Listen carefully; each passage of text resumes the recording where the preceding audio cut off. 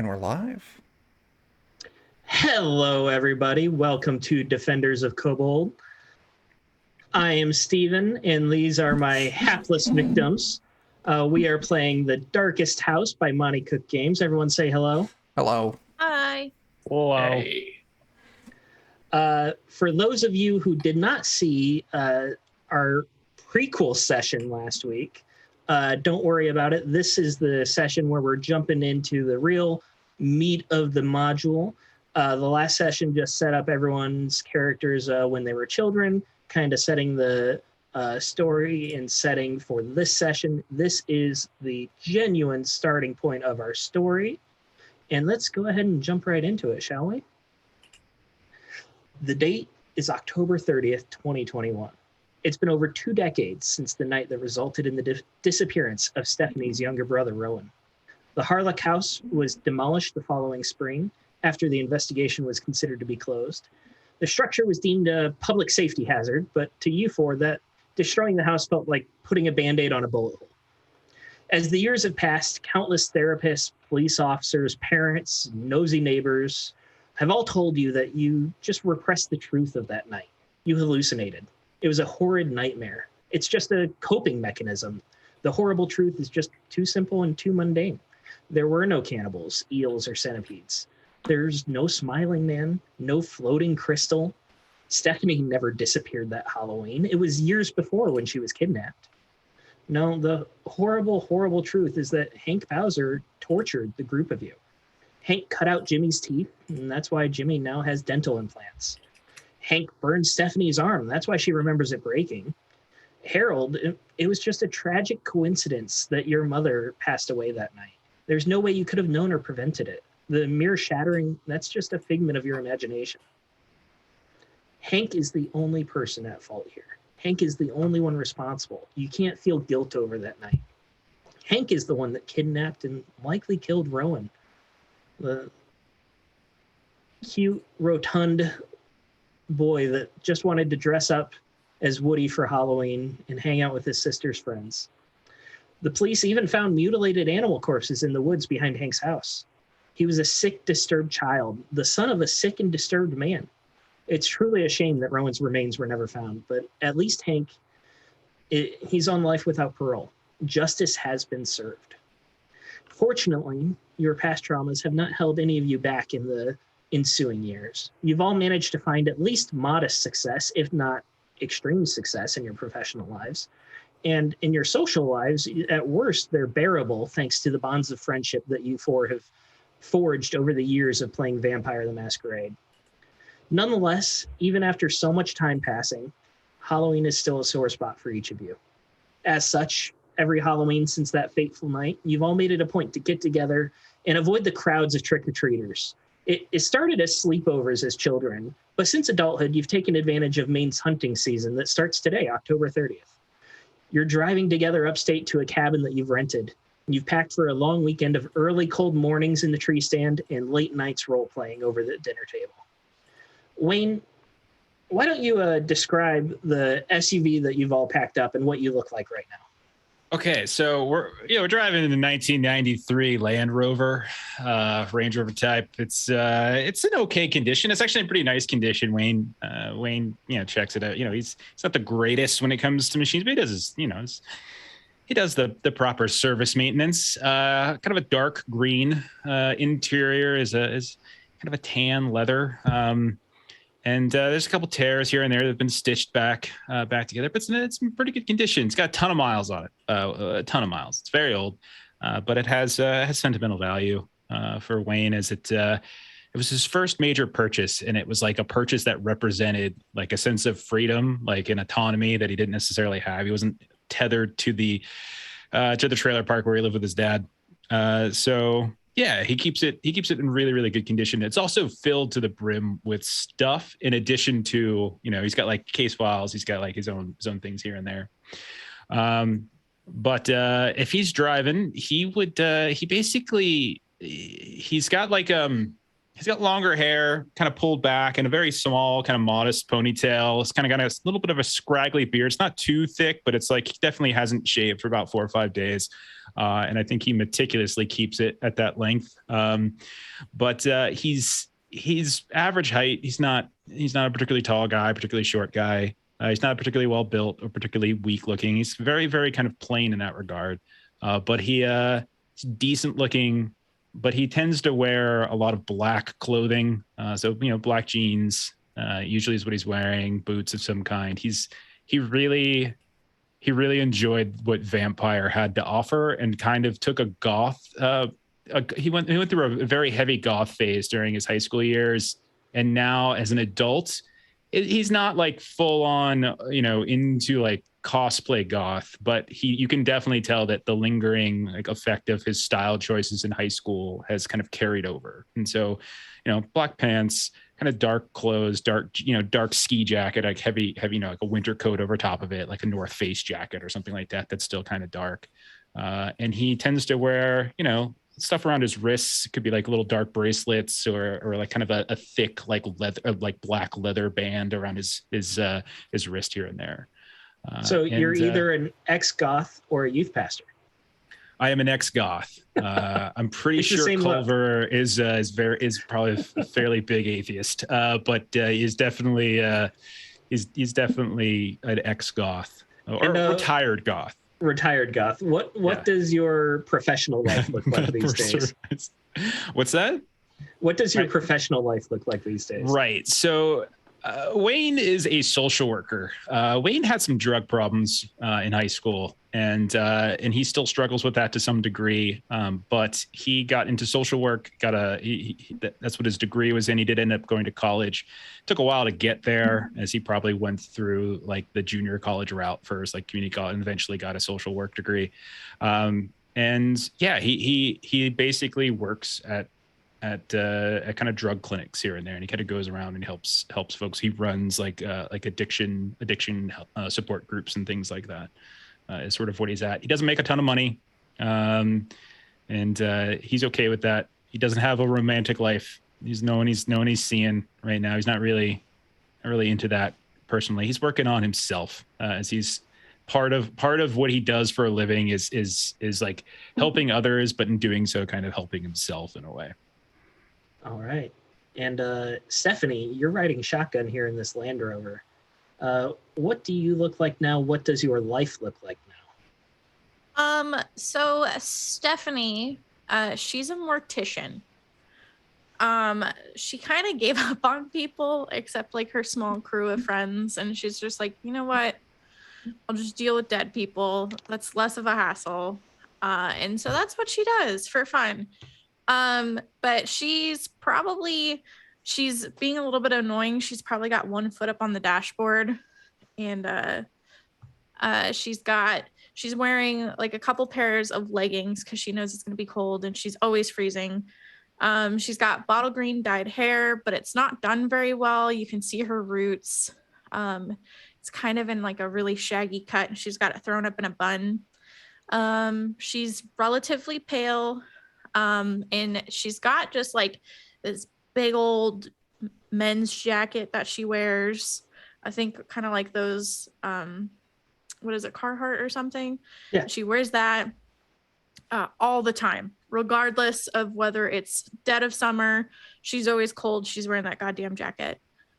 And her trusty combat boots. Because she doesn't really like to show her arms. If you watched the last one,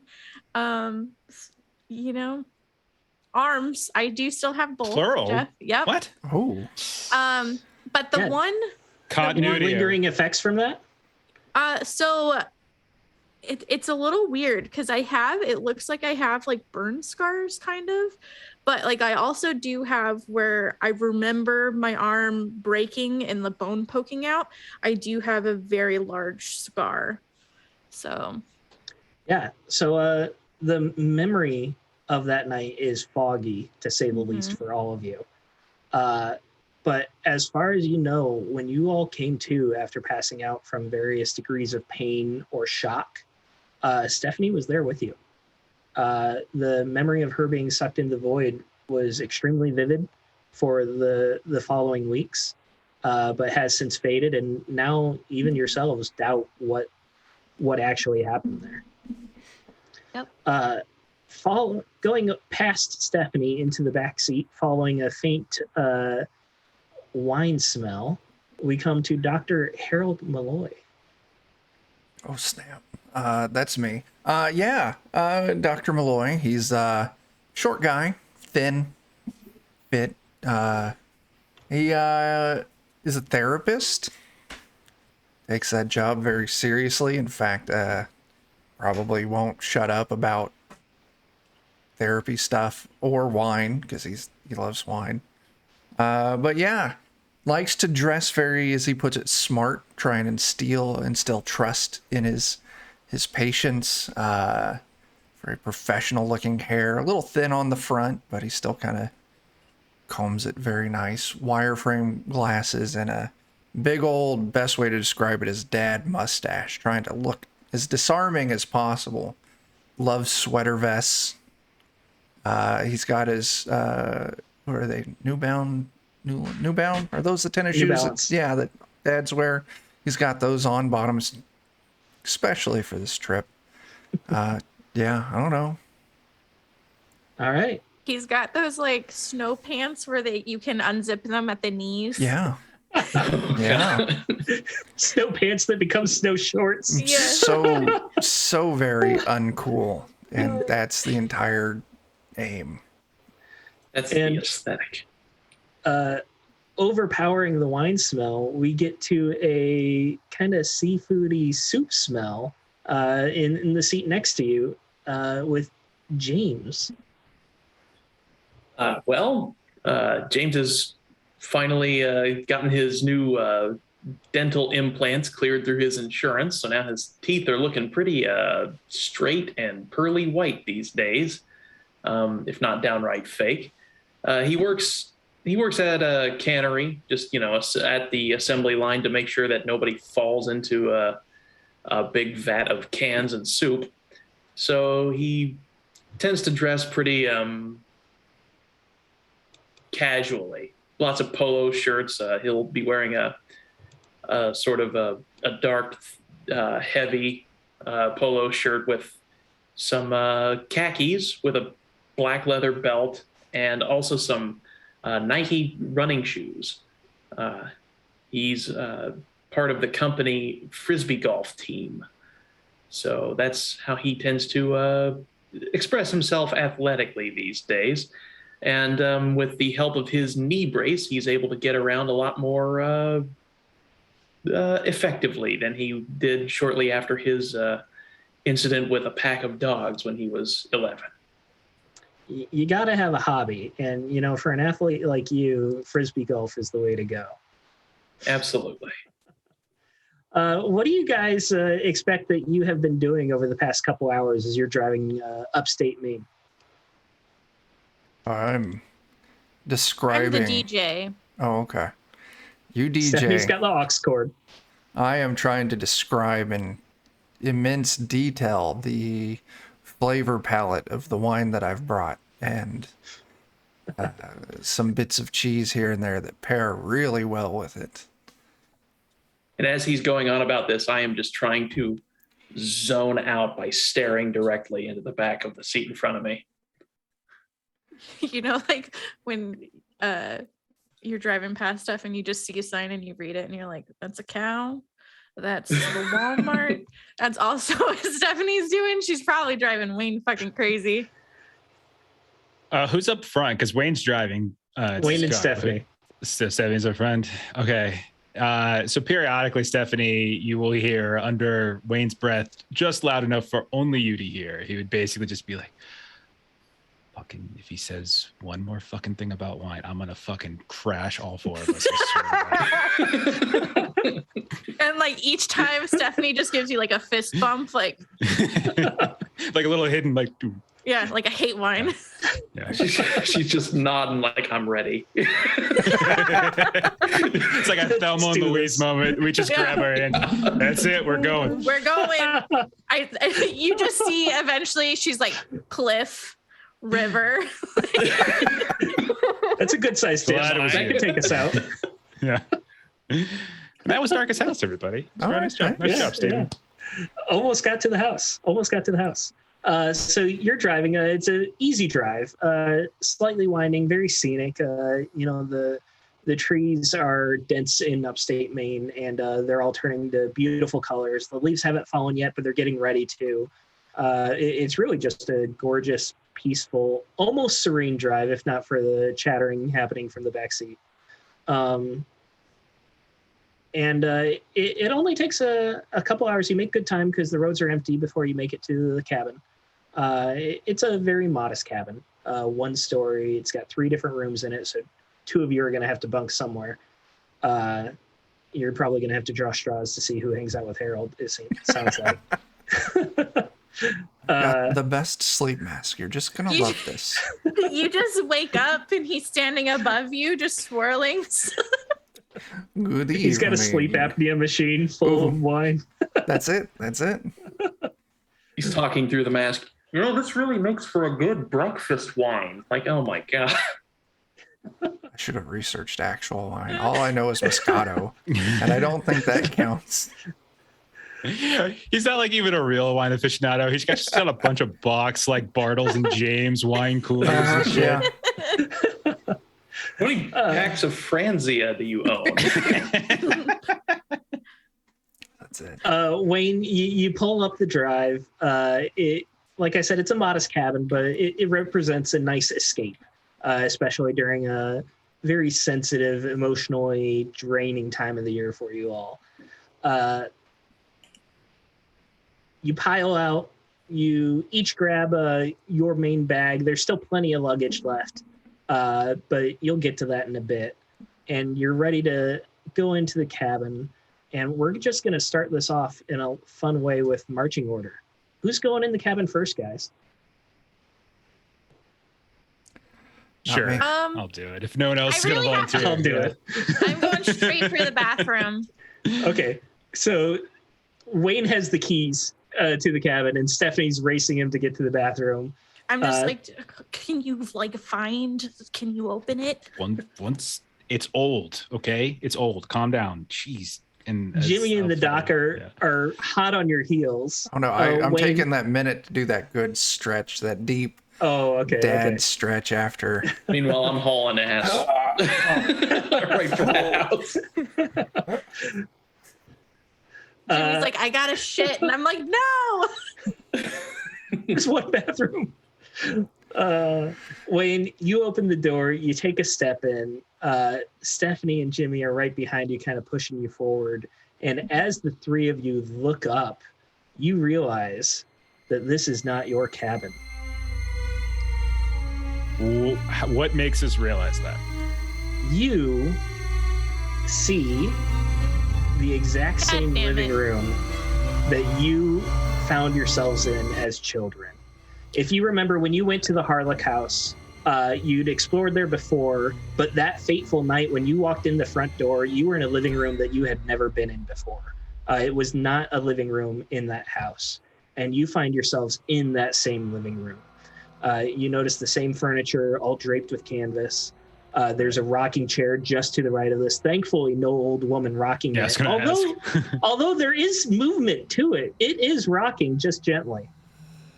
I will immediately slam my hand against the door frame, just almost taking out Stephanie's head in the process as she's trying to race past me. Stephanie. I just hit your arm with my forehead. Stephanie. What? What do you see in here? I see they left the sheets on, and oh shit. I'm gonna look down at the keys. Is this a bed and breakfast? Did someone give us this? Where did we get the keys from? Did somebody Is this hand a this to joke? us at some point? Let's say a friend of a friend. You gave him $50 for the weekend. And here's the thing: as you guys are looking around, you notice that you're actually in the middle of this room. None of you remember taking steps into this room, but you are now in the middle, and the door behind you is closed. And Harold is not in there yet. Oh, God. He's still stretching by the car. I'm okay with that. Quick, lock the door. Quick lock. This is way better. Oh God, I'd rather hang out with the cannibals than with Mr. Wine and Cheese Man over there. Okay. So the rocking chair is moving. The rocking chair is just gently rocking, but as you're in there, it starts to slow down. Like it's not something that's keeping it going. It could have been the movement of the air entering the room that just sent it rocking. You can't tell. Is this a fucking joke? Which one of you fucking did this? What? This is not fucking funny. This was the worst day of my life. Why would Jimmy? Like, are you? What? And I'm looking around, and I'll go to one of the chairs with a blanket on it to just kind of pull the sheet off and have a seat. Yeah, it's a very mundane-looking living room. You know, it's dusty, touched with cobwebs. Might the have to sheets are clean it up a dusty as little can be, bit, so you pull the sheet. Not too bad. Giant cloud. He doesn't know. He was never up here. Oh, Wayne. This is the fucking house, Jimmy. The house. Rowan. The fucking Harlock house. This is the first room we came into here. Yeah, the house that got torn down. The house where her fucking brother disappeared. And how the fuck are we here? And I swear to fucking God, I'll look around for Harold and be like, if that motherfucker is doing some fucking psychotherapy on us, I swear to God. And Harold walks in right there. You hear the clinking of wine bottles. I was going to say I'll have 4 wine glasses in one hand and a bottle in the other hand. Oh, I got something good to warm. He walks in and the door slams shut behind him. What the fuck? This ain't cool, guys. What do you mean? Yeah, exactly. This isn't cool. And like Stephanie starts crying. Wayne will push past Harold. Get the fucking and try to open the door. Yeah. You grab the handle and you just start pulling and slapping anything you can. And just like how you don't remember taking steps in the room, the next thing you know, you're again in the middle of the room with your hands in the same position. There's no door on the wall in front of you. The front door has completely disappeared. What the fuck, Jimmy? Is that window open? I'll get up out of the seat and head to the window with the curtains on it. Yeah, the big window behind the couch. You pull open the curtains and it's pitch black outside. You guys got here early afternoon, so there was still plenty of light. But now it's pitch black. But somehow there is a little bit of light emanating through the window and just casting a little glow into the room. I think it's covered with some sort of tinting, maybe. I'll kind of scrape my thumbnail against my teeth to sort of sharpen it up a bit and try to scratch the window. Yeah, all you're getting is dust. It seems to be just common glass that's just dusty as can be.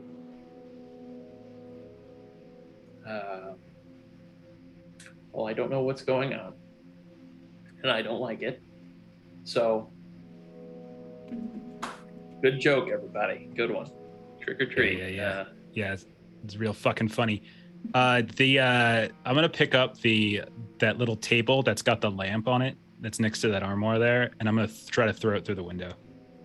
Yeah. The lamp shatters to the ground. Glass scatters. The table goes right through the window. And again, your mind is playing tricks on you. You're in the position, you threw it, you see the table go through the window, glass shatters. Everyone else sees it too. And then next thing you know, the glass is repaired, completely normal as if you never touched it. And the table is back where it was. The lamp is on top. You still have your arms held out from where you threw it.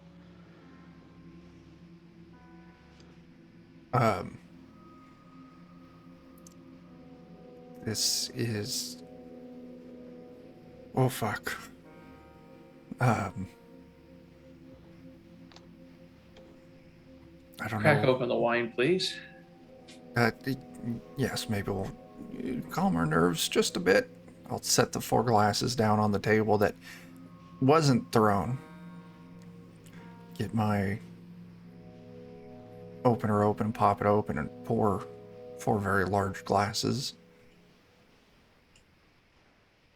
Yeah, you fill the glasses almost to the brim. There's only a gulp left in the bottle at that point. As far as you can tell, this house is quiet and calm.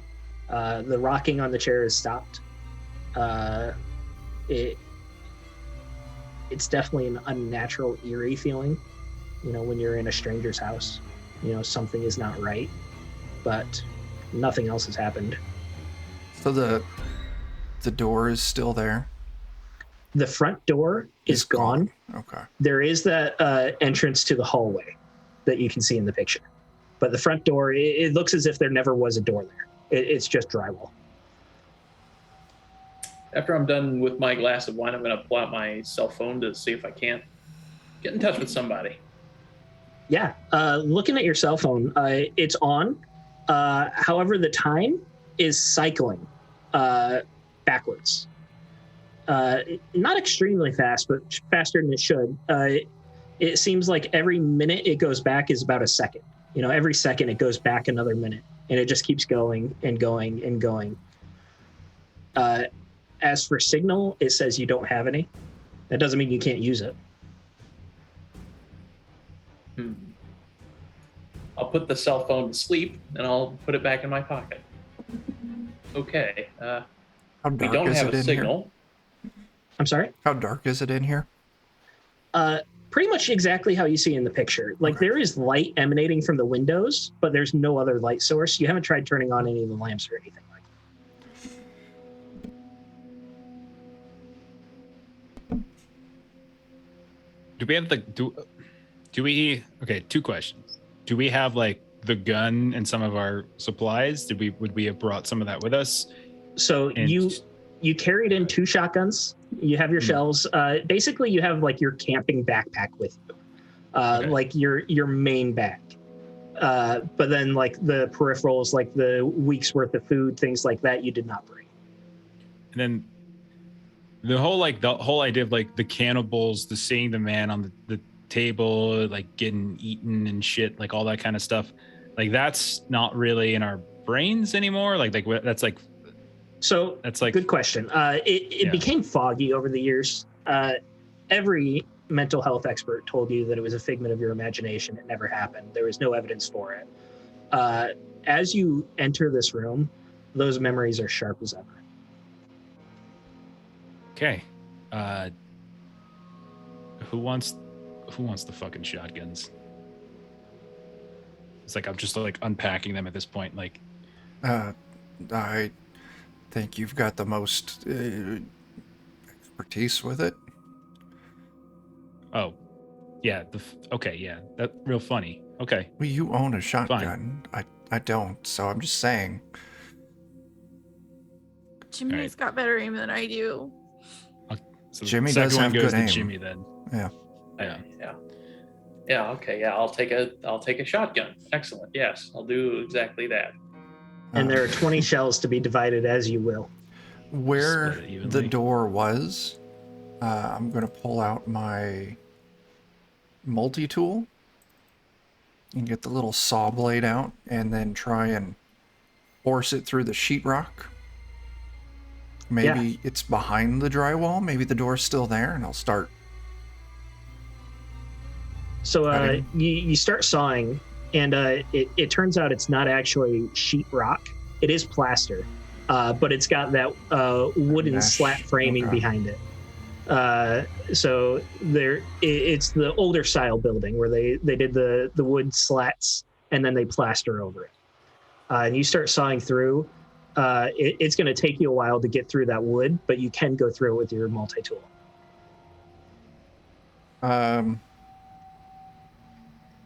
With that, I'll take a few cuts. I'm like, it's plaster. One of you take the butt of the shotgun and see if you can bust open a hole in the wall here. See if the door's hiding behind it still. How many rounds do we got? I'm just gonna start donkey kicking it. We have 20. Yeah. I'll give you like Okay. 10 shells. I'll take 10. All right. These kinds of shotguns. What what magazine round capacity are they? Double barrel, single shot? Let's say they hold 4 shells. Okay. And All right, then they're designed for deer hunting, so they've got some good range and accuracy. It's not a spread shot or anything like that. Really nice choke on it. All right. I'm going to load a round into the chamber, and I'm just going to say, all right, everybody get back. Plug my ears. Yes, I'm going to go near the creepy closet. I will take a shot at where the door once was. Bam! Loud shot just destroys the plaster. You see that there's about 6 inches of wall. You put a big notch, probably about this big, about 4-inch diameter there, because again, it's not spread shot. But you can easily see in now into the wall, and you can see that it's about 6 inches wide, and it appears that there's just another wall on the other side, the plaster and the drywall. Not drywall, but the plaster and the wooden slats. There's no way about it. There's just more wall. I will then load up the shotgun with all 4 rounds. Okay. All right, so you have 9 now, and be sure to keep track of those shots as you use them, guys. I am. Yep. So we can't get out this way. What about the window in the basement? I would rather not go to the basement myself. Steven, there's the word paper on the ground.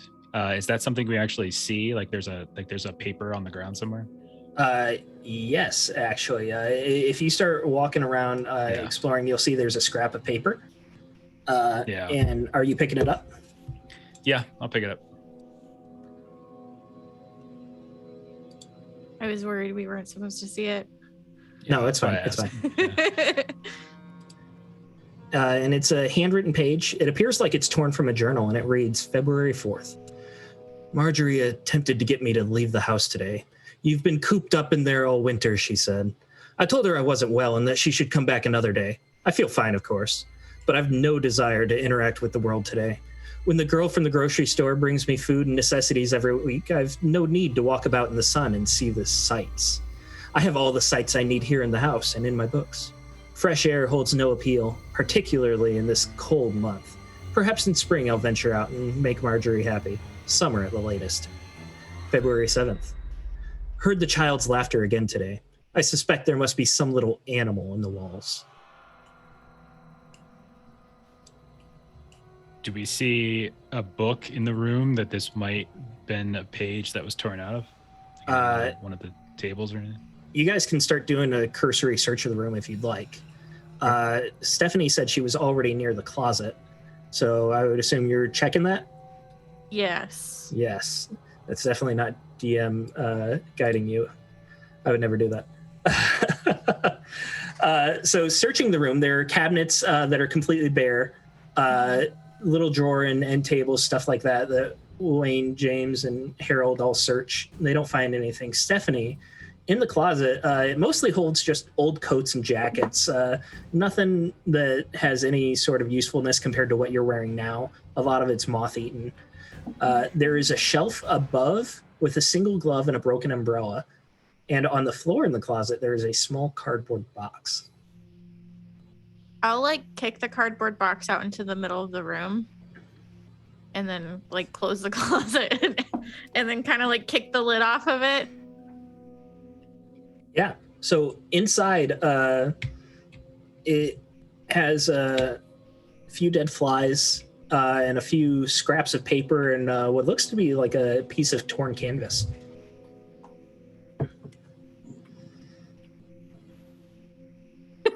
I am. Yeah. I'll pull the paper and the canvas out and inspect it. Yeah, I'll look over your shoulder. So looking at the papers first, they're old pieces of mail, and they're addressed to Philip Harlock. The first is an offer from an insurance agent who by now must be long dead. The second is a postcard advertising a sale at a local hardware store. and you all would remember that business burned down when you were children. And the third is an invoice from a mail order bookseller for 2 books, Automatic Writing and The Bell Signals Night. The piece of canvas, you flip it over and you realize that's the scrap of a painting. It has a large green eye painted upon it, and it's about life size.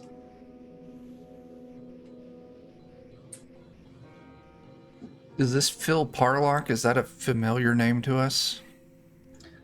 You know that the house you guys were hanging out in all the time was called the Harlock House, but Philip Harlock doesn't seem any more meaningful than Harlock itself. I'll make sure to point that out to everyone. I want to go in the other room. You're going in the other room? No, Oh. Stephanie's just saying I don't want to go in the other room. I don't want to see that. I don't want to see that. Okay, we're gonna be fine. Things will be fine. All right, so we'll make a deal. I'll go into that room, and then nobody goes in the basement. We should all stick together. Yeah. I do agree. Fucking Safety splitting in up this numbers, time. yeah.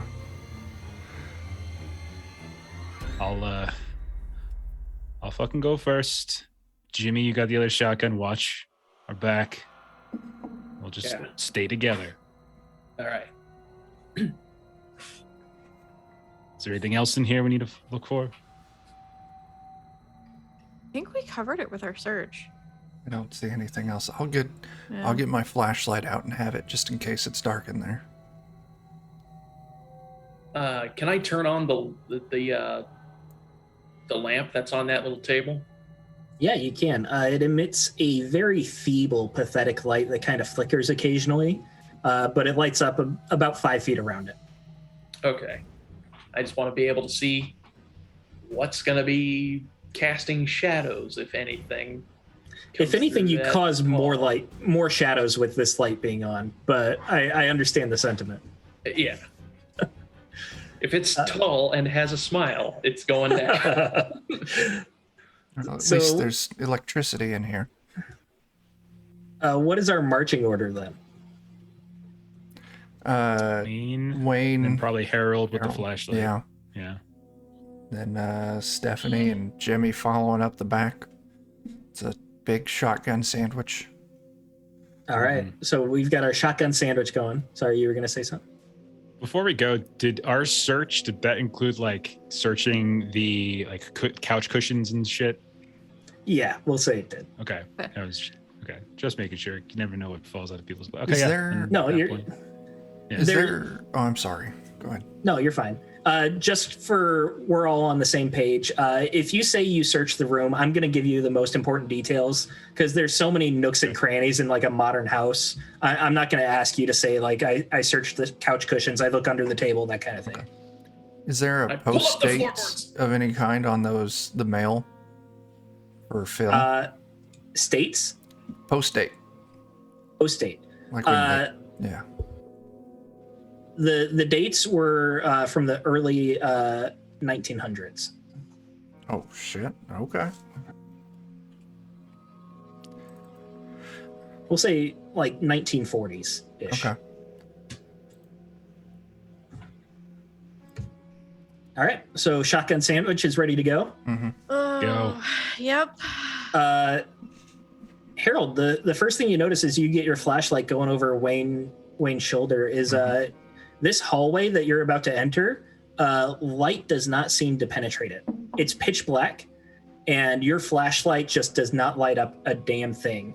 The light from the lamp that Jimmy turned on right next to it doesn't go around the corner. Even if you move it, it doesn't light up the hallway whatsoever. I'll check my flashlight, make sure it's working correctly. Yeah, it's on. You've got like light on your hand and everything, but as soon as you shine it into the hallway, It's just nothing. nothing lights up at all. Wayne, Uh, I'll point it out to Wayne. I got a fistful of your shirt, Harold, Yeah. and I reached behind me and I grabbed a fistful of Jimmy's shirt, and I'm holding on. Oh, for God's sake! It's just me. It's just me. Don't let go.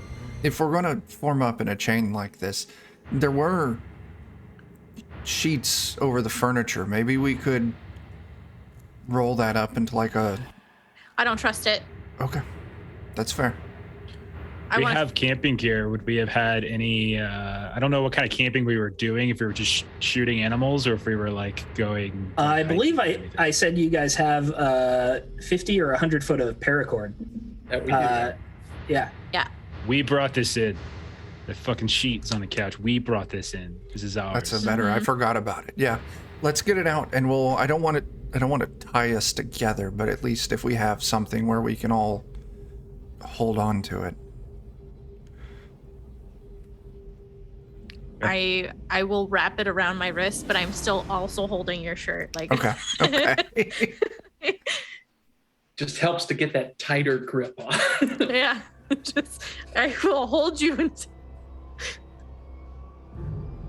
Do the shotguns have slings on them?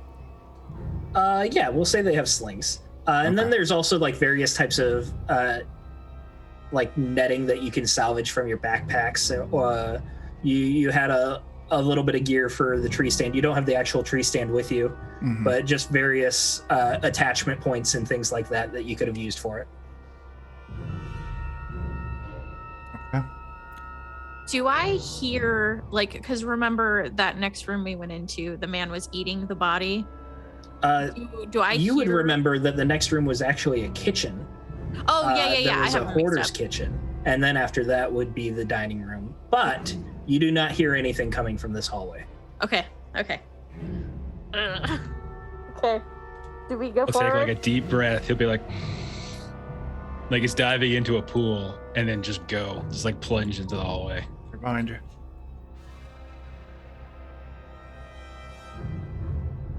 We're outside, guys. We made it. We did it. You plunge into this hallway. And Wayne, you got your shotgun ready, but you're also like feeling along the wall to make sure you're going straight. And there doesn't seem to be anything necessarily remarkable about this hallway, but you do get the thought that it's just one of those random thoughts that pops into your head, just that this hallway is about as dark as the inside of a skull would be.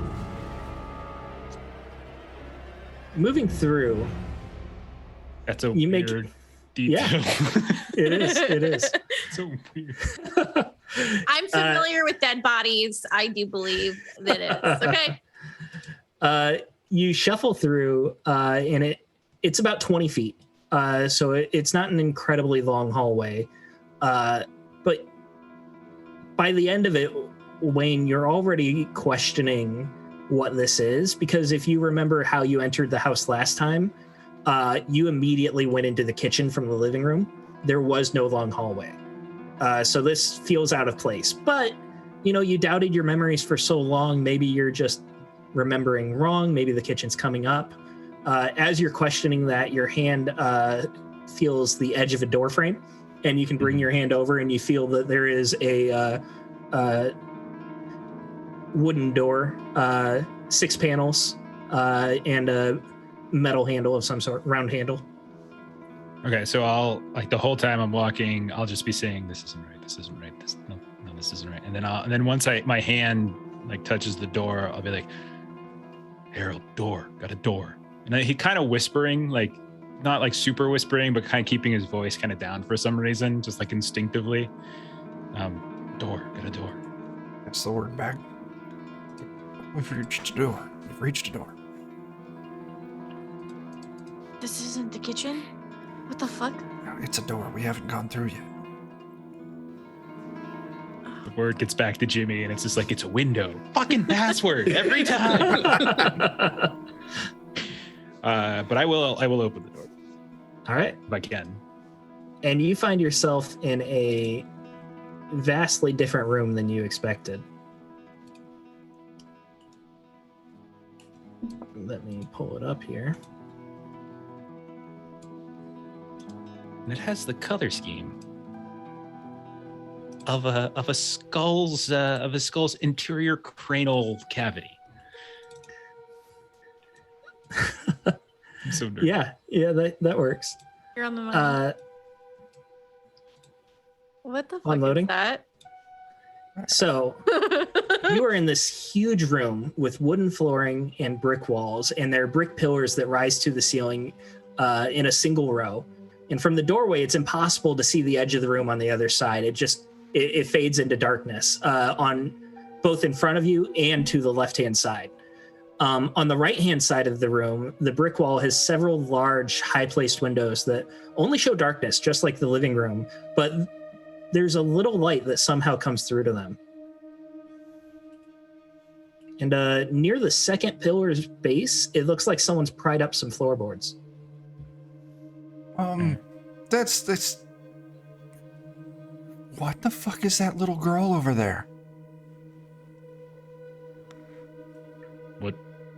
What little girl? And as soon as, Wayne, you say, what little girl, Wayne, you specifically, no one else here, you hear the soft sound of a giggling young child somewhere in the darkness. Hello? Are you there? Who's there? Who's fucking there? We're fucking behind you. Oh, there's someone. Just heard someone laughing. They were in the shadows. Come on out. Come on out. We're not gonna hurt you. And As when I Wayne enter tells the you room that, backwards, is the door still in front of me? yeah, Jimmy, you would still be in the hallway technically. Okay. And you're still in darkness, but you can see the light on the other side. And when Wayne says there's someone there, Harold says there's a girl. As soon as you start looking for it, Stephanie, Jimmy, Harold, you can also hear it now. You also hear the soft giggling. And you all see the shadow by one of the distant pillars moving. If someone is there, they're very small. Wayne will do the deep breath and we'll move towards the shadow. Like, we're not going to hurt you. Just whoever's there, just step out. Shine my flashlight that direction. Yeah, and your flashlight will light up a little bit more. Give me a rating check, Chuck, to see if you can light up this little girl. I got a 6, and the house hates me. House hates you. All right, so that's fun too. It was rating 8, which means that you failed because you're 6 plus 3. Add his thing though. 6 plus 3 is 9, and rating Right. 8 plus 7 means you needed a 15. Gotcha. Because whatever the rating is, you add 7 to get the difficulty check.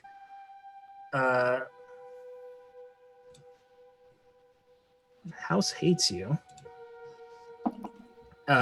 As you're shining this light, you hear creaking sounds, footsteps, very heavy thuds, and they're coming from behind you. This is something you all can hear. Whip around. Flashlight pointed. The flashlight doesn't light up anything in that hallway you came from. There's light from the windows. We should get in the light. I would feel better in the light. Listen, just come out. We're not gonna hurt you. Someone behind us. Wayne, you hear the giggling from right behind your ear, like just right over your shoulder. Well, like I'll literally turn around as fast as I can, see if I can see what I see. And you only see your companions behind you, the ones who are not in darkness in the hallway. I think Jimmy's the only one that hasn't been able to file into the room yet, with you guys kind of crowding the door. Let's do what Stephanie said. Let's get over in the light from the windows. That would be great. How high up are Stephanie's those just windows? Like singing. The windows are about 6 foot up, Okay. so you can't really directly see, but you can reach out and touch them if you want. Who are you? He's just kind of like looking and is constantly shifting his head around in every direction now. Silly adults. Oh, fuck. What? Does What's your name? No response. Okay. Does the voice sound like a little boy or a little girl? Little girl. I'm doing my best here. That's fine. Yeah. Adulthood kind of blows. What are you laughing at?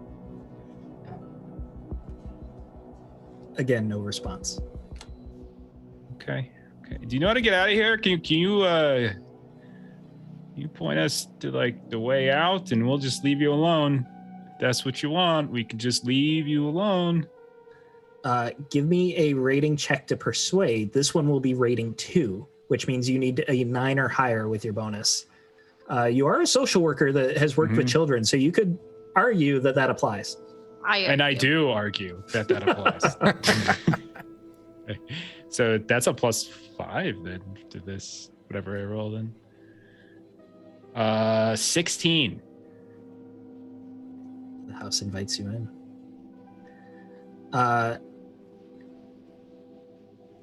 You don't get a direct answer to your question. However, you feel like you got a response just because you were able to pull on your experience and knowledge of working with children.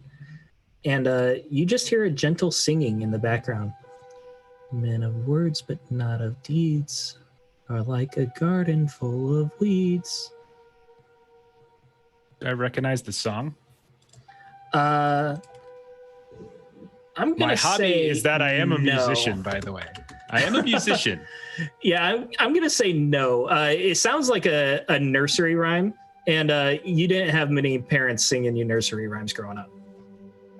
Wow, that, when you put it like that, Steven. Okay. She died in childbirth, but hey, whatever. You Hurtful and accurate. just drive that home, why don't you? Step on it. It's a really nice song. I like music too. Maybe you could teach it to me. I can play something and you can sing and it'd be And great. when the weeds begin to grow, it's like a garden full of snow. That's really that's a really good rhyme scheme. Did you write that yourself? And when the snow begins to fall, it's like a bird upon the wall. Does everybody else hear this too? Yes. Okay. I'm more comfortable with the creepy singing than I am with the dark hallway outside, so I'm gonna go ahead and close the door. Yeah, it closes just fine. Not even a creaky hinge. All right. Stephanie, let's go up to the windows. Okay. I'll get down on my hands and knees, and you step up on my back. See if you can see out the window. Okay. Yeah, Harold becomes a table. I become a Stephanie, table. you climb on up, and it's just darkness outside. You're shocked that there's even light coming in these windows. And then you hear the singing again. And when the bird away does fly, it's like an eagle in the sky. And she starts going a little off pitch there. Not that she was ever on pitch with me singing. What is it with fucking kids in nursery rhymes always being creepy? Come on. Wait, I mean, usually the nursery rhymes are a way to process traumatic events. Like Don't explain to me. I don't need that. And Stephanie will get off your shoulder. And when the sky begins to roar, it's like a lion at the door. Are you trying to tell us something? Get away from the door. When the door begins to crack, it's like a stick across your back. Is there another door or anything in here? You can keep going into the darkness ahead of you to look for one. Deep breath. Wait. Plunge. Before we go, let's look at the floorboards that have been pried up. There's a fucking lion in the fucking hallway that's about to break our backs. And when your hurry up, back hurry up. begins to you win. smart, Let's go. it's like a penknife in your heart. Okay. Okay. Very Quick. taught you Check those the floorboards. words? Quick. Oh, okay. I'll run over to the floorboards real quick, throw them open, shine my flashlight in there. Yeah, so Gun the pointed remove at the boards, door. the hole is about a foot across, and it reveals a lower wooden subfloor. And you hear a distant ticking sound, like a clock, but a lot faster. Convey that. It's a few feet deep, but you can't see the bottom from above. Nope, just clicking noises. Let's go. Deep breath. And when your heart Good, good, begins to bleed, you're dead and dead and dead and dead indeed. What in the holy fuck? Let's go. Breathe, and then into the darkness again. Yeah. All right. Are you all going as a group? Mm-hmm. Yeah, we Yes. are. Okay. So it's lined up again. I am holding. As you head towards this darkness, more windows appear in front of you on the right. More pillars appear as well. And it just continues and continues and continues. And after going about 100 paces, Fuck. you see that there's a place in the floor where someone has pried up floorboards. Oh my god, we gotta go in the hole. No, I would have not come to that conclusion. That's very. You do. Oh, okay. Do you remember this house bits? It just fuck. So when I looked down there, I couldn't see anything down below, and my light didn't reach. Let's take the cork out of my wine bottle, and we'll drop the cork in and see how deep it is. I love that you brought the wine bottle that was Of course mostly I empty. did. There was still a gulp in there. There was. True. Drop the cork. Yeah. You hear a soft thud. It doesn't sound like it went very far. Okay. And How by big's not the very hole? far, it's like a matter of feet. So just to clarify, is the door am I understanding this correctly? We went in the darkness and then Good it question. makes it seem like we just kind of looped around or something to where we were, and like the Good door's question. still there. Yes, the door you entered from is about the same distance from that pried up floorboard hole as it was when you first entered the room. So you kept walking and you kept walking, you kept walking. You've yet to turn around, but you're kind of at the same point you started. And if we turn around, what do we see? You see the closed door that you all came out of. The door's closed because Jimmy closed it. Okay. Do we go down, or do we go back out in the door? I mean, we can see if we can go back out the door, but I feel like cattle being worked through in a particular direction. Little girl, door or floor?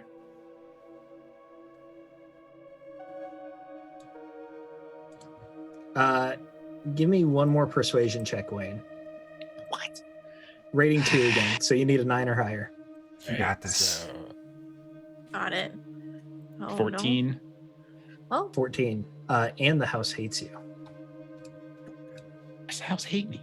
Oh yeah, it's because it matches or something, right?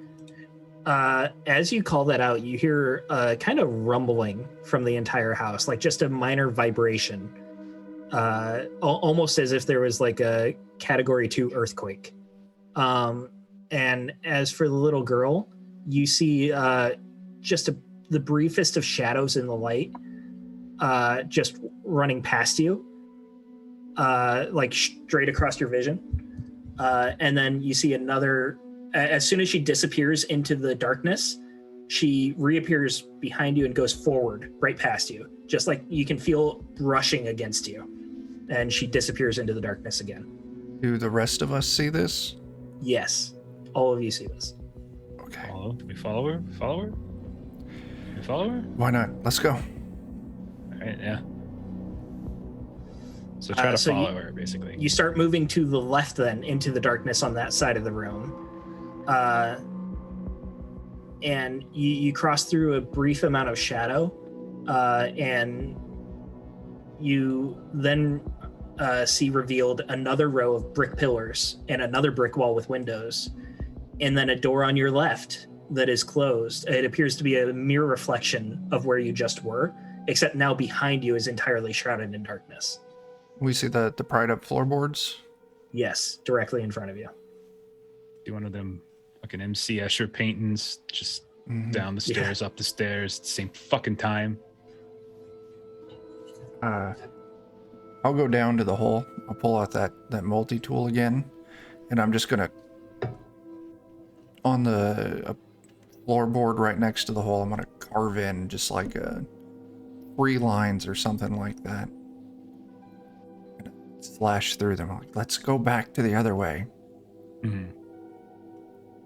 Yeah. Yeah. Do what he says. Okay. The group of you head back. I assume you're all still traveling together, right? Yeah. Yes. Oh yeah. You go back the other way, and it's the same thing. You travel through a brief period of darkness, and you see pillars and window, and there are carvings on the floorboard that are a mirror image of what you just carved. Yes, some. Oh, I should put a MC Escher shit.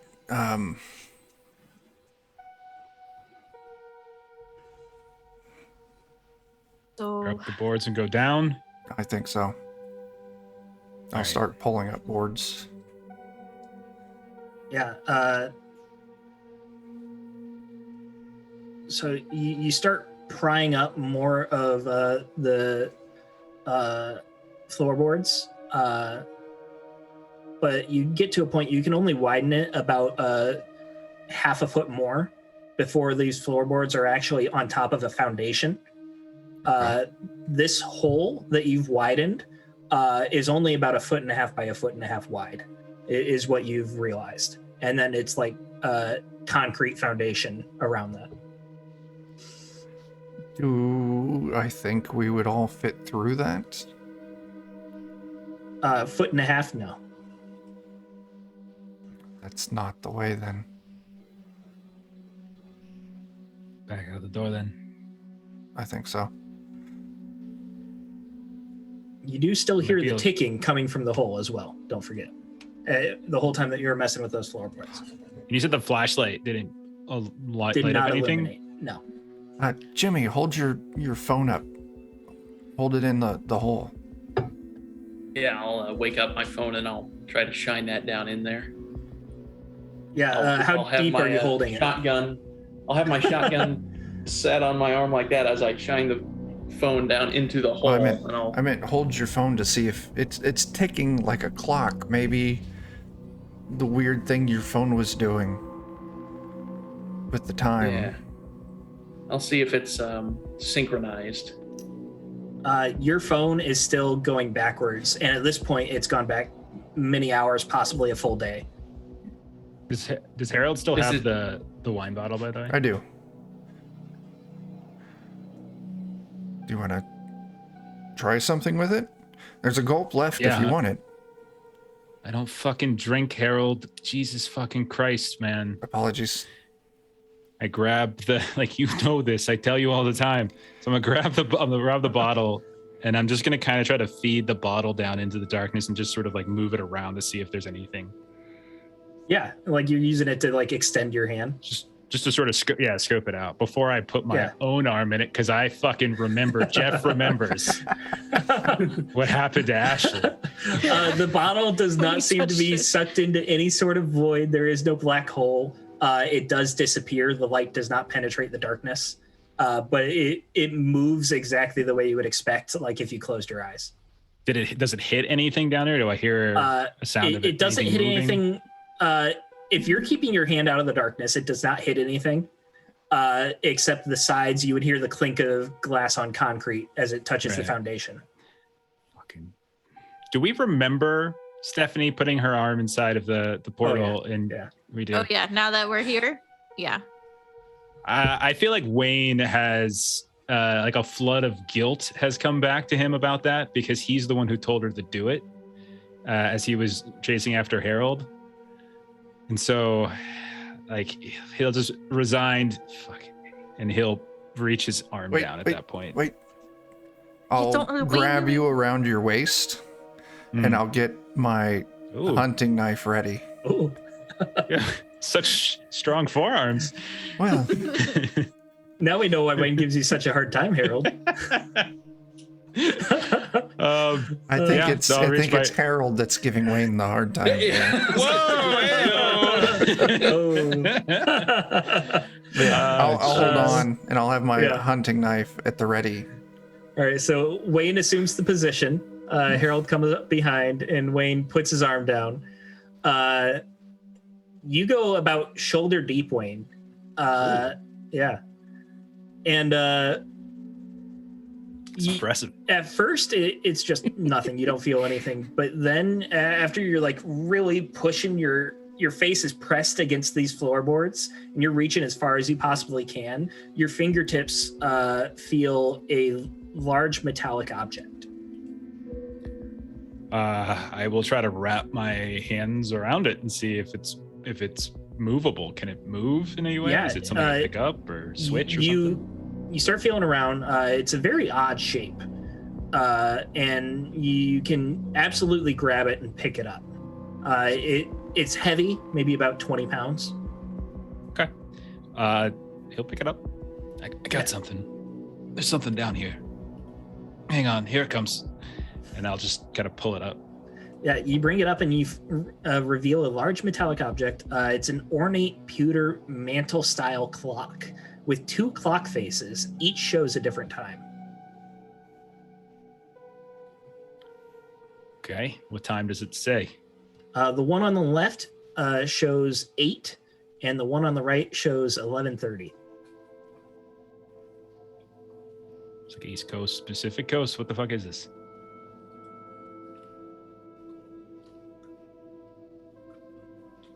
I mean, 8 and 11:30. It's time zones don't work in half hours.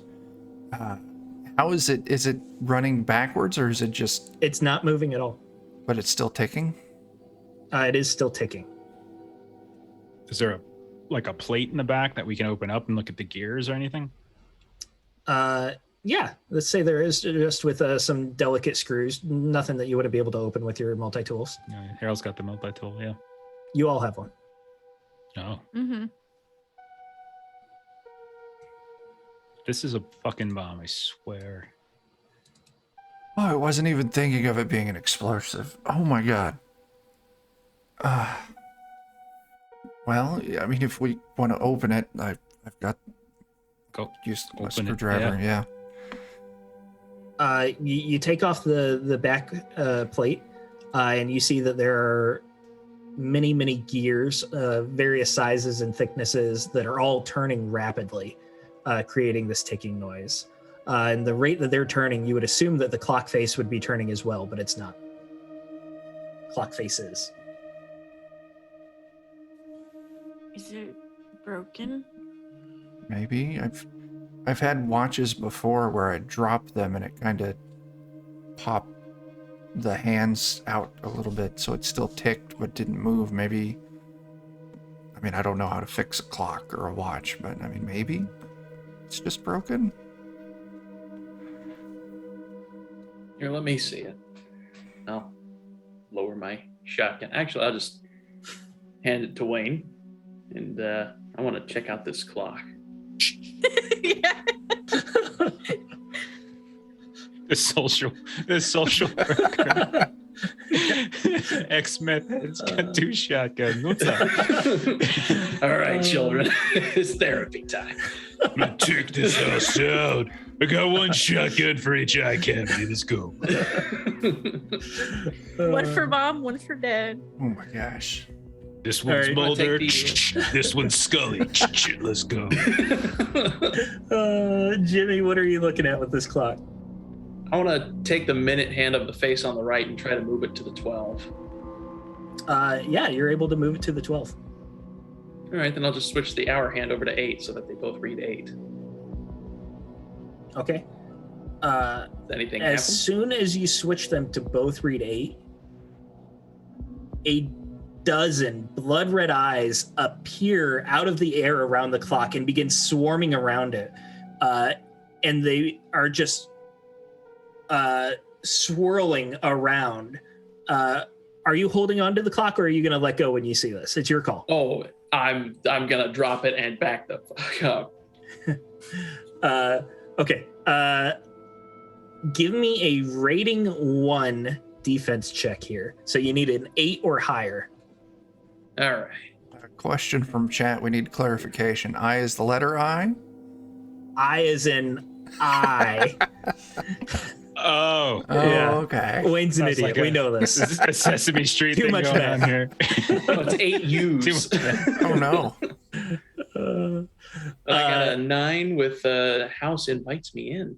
So you're able to drop this clock without touching any of these eyes that start swarming around. It falls to the ground with a dull thud as it hits the wood, and it kind of dents one of the floorboards. And the eyes continue to swarm around that clock.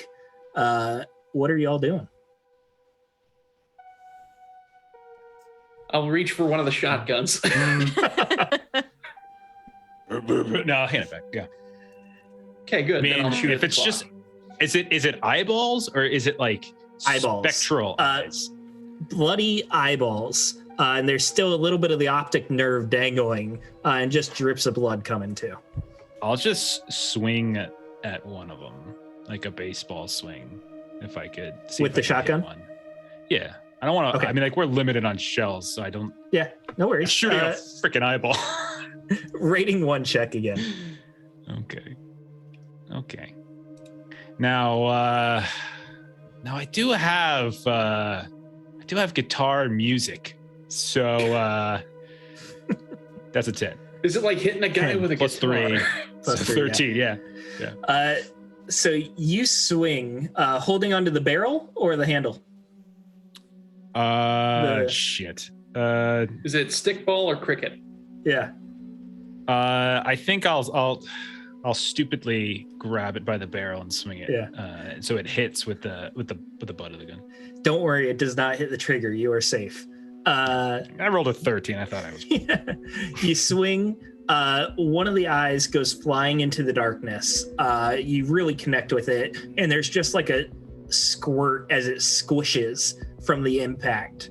And it just flies with an arc to it, like it's no longer flying of its own capacity, and it disappears into the darkness. Does not appear to be coming back.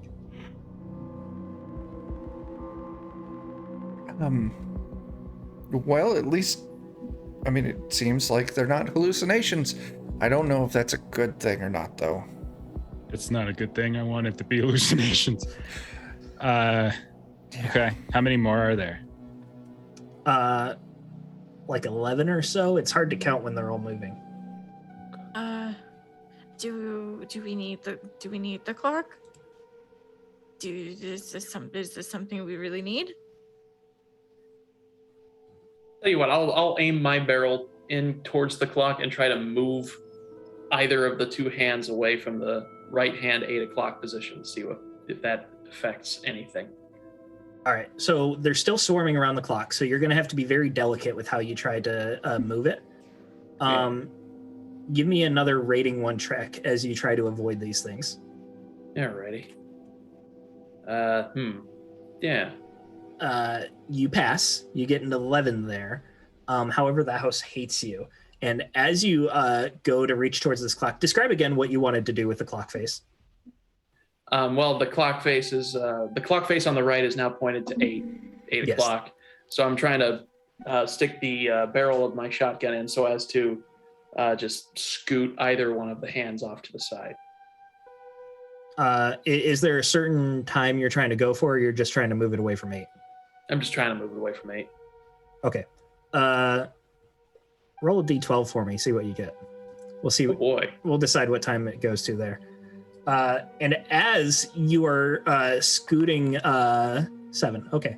As you're changing the clock face, there is a cold draft that just begins blowing from out of the darkness, and it's a strong draft. You kind of get pushed back a little bit before you brace yourself, and just as fast as it comes in, it disappears.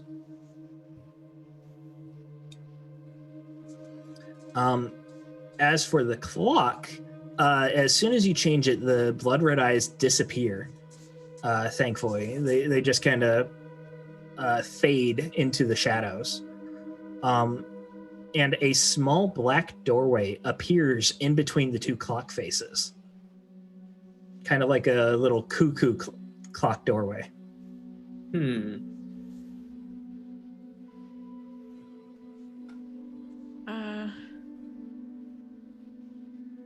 Can we fit in the door? Wayne, as soon as you think that, no, I'm serious. As soon as you think that, you disappear. The rest of you now do not know where Wayne is. But Wayne? You also don't know what he was thinking as he disappeared. Player elimination. Good night, everybody.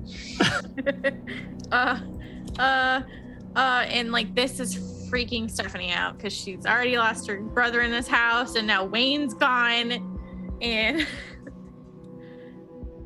she's just looking at the goddamn clock, and she's like, "I don't. What do we do? What? No idea. Where did he go? What did he? I mean, I'll look around and start shouting, "Wayne, you here, buddy? Wayne? Wayne." No response. Oh, I take that back. Dead? After a moment, you do hear a little giggle of a child. All right, where's Wayne? Little girl. Do you know where he went? Give me a rating check to persuade. Okay. Can I use my therapist? Yeah, we'll say so. Okay, so this will be a +5. 11. And it was rating 2 to persuade her. So you needed a 9 or higher. Okay. The house hates you. Of course it does. You hear Wayne is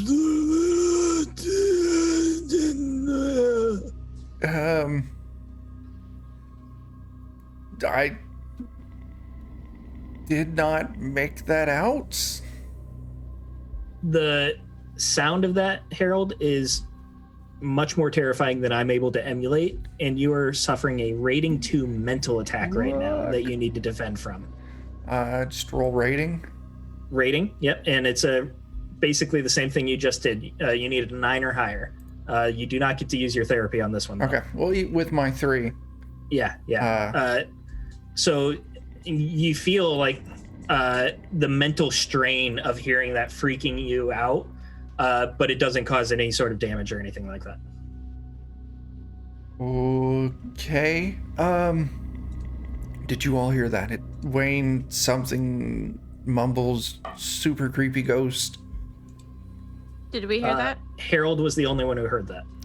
No, wait, I didn't know. Go ahead. We could try to change the. It seemed to happen after you changed the. No. Well, maybe. Before you do it, Stephanie reaches out with like one finger and like knocks on the door. On the clock door? Yeah. You disappear as well.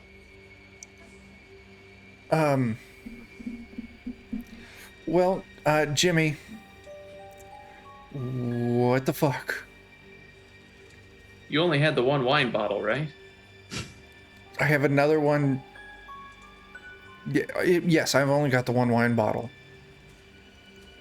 All right. Well, I'd say it was nice knowing you. But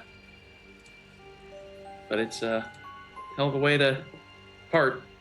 I will lean down and I will also knock on the door of the clock.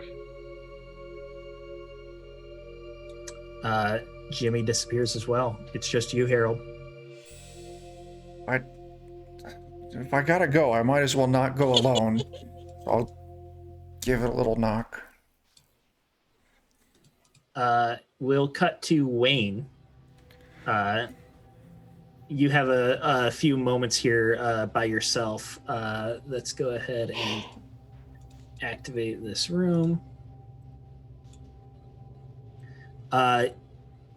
This room is seemingly empty.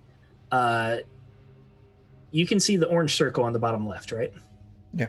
Yes. That is where you are right now, where you popped up. Okay. You did not come out of a door. You're in the same position you were when you were looking at the clock. You can see that there are 2 hallways forward with no doors. They just lead into darkness of sorts. And then in the middle of that is a double doorway that appears to be pretty rugged. It's a very ornate, thick door. And then there's a rug in the middle of the room as well. Do I still have like my shotgun and everything? Yes, you have everything that you were holding Okay. before. Did you give Jimmy back his shotgun, or do you have both? He's got the other one. Yeah. Okay. Yeah. And is there light in the room enough for me to see like decently? Yes, just a very dim light. It's hard. You're straining your eyes, and you can't tell where the source of it's from, but you can see. I will slowly move forward. But Stephanie, Jimmy, Harold, and if my foot goes over the rug, I'll start like kind of kicking the rug a little bit, trying to like push my foot forward, like kind of using my foot to kind of like scout ahead a little bit. Kind of like stomping along the way, just like kind of trying to hear. Someone's played D&D looking for trapdoors. We have established we are role players in the universe. Yep, you're good. You're good. You know what to do. Yeah. Your toes do not find anything under the rug except a piece of paper. Okay.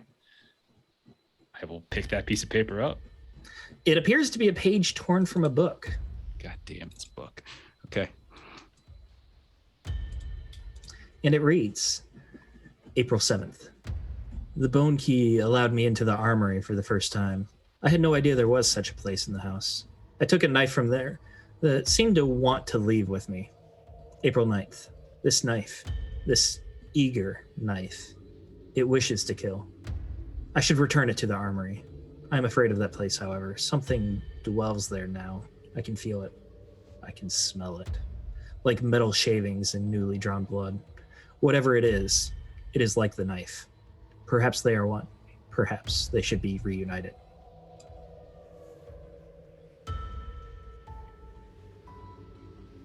Wayne in his head is just panicking a little bit, but goes through some breathing exercises, deep breath, and he'll slowly move towards the door in front of him. Actually, he sees a door. It's a door. So yeah, it's a very stout door. Like I said, very ornately carved, and it appears to be locked.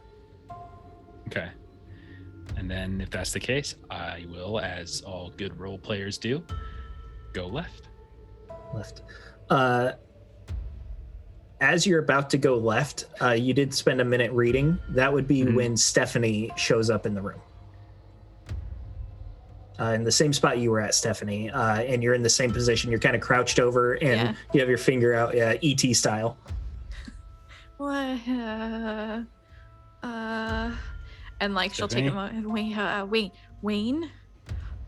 Yeah, it's me. Where are the other two? Where's Jimmy? Where's Harold? I don't know. I just reached out to like knock on it, like just to see if it would open, and we're here. I just thought, I wonder if we could fit in it. It was a joke. It was just a fucking joke, and then I found something. Okay. I found another one of those papers. Something about an armory, a bone key, and a knife that wants to kill or something. And the door, there's a door. It's locked though. It's locked. But okay. There are hallways. Great. And she'll just take the time to like also read over it. And she'll be Do like, we wait?